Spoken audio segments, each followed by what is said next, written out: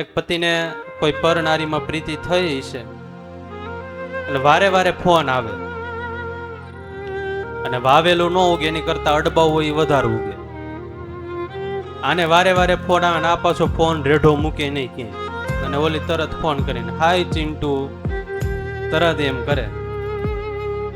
એમાં એક દિવસ સવારે પતિ નાવા ગયો હોય છે બાથરૂમમાં, અને બરોબર ફોન ચાર્જિંગમાં મૂક્યો હોય છે.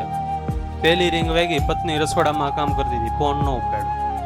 બીજી વાગી, ફોન ન ઉપાડ્યો. ત્રીજી રિંગ વાગી એટલે પત્નીએ ફોન ઉપાડ્યો.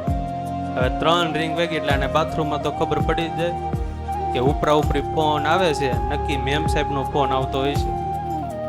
આ અધૂરું બાથરૂમ મૂકીને બહાર આવ્યો ને આવીને જ્યાં જોવે તો પત્નીના હાથમાં ફોન. ઘડીક તો હા અધર થઈ ગયો. પત્નીના હાથમાંથી ફોન જોટી લીધો. હાલો હાલો, કોણ બોલો? હાલો, રોંગ નંબર.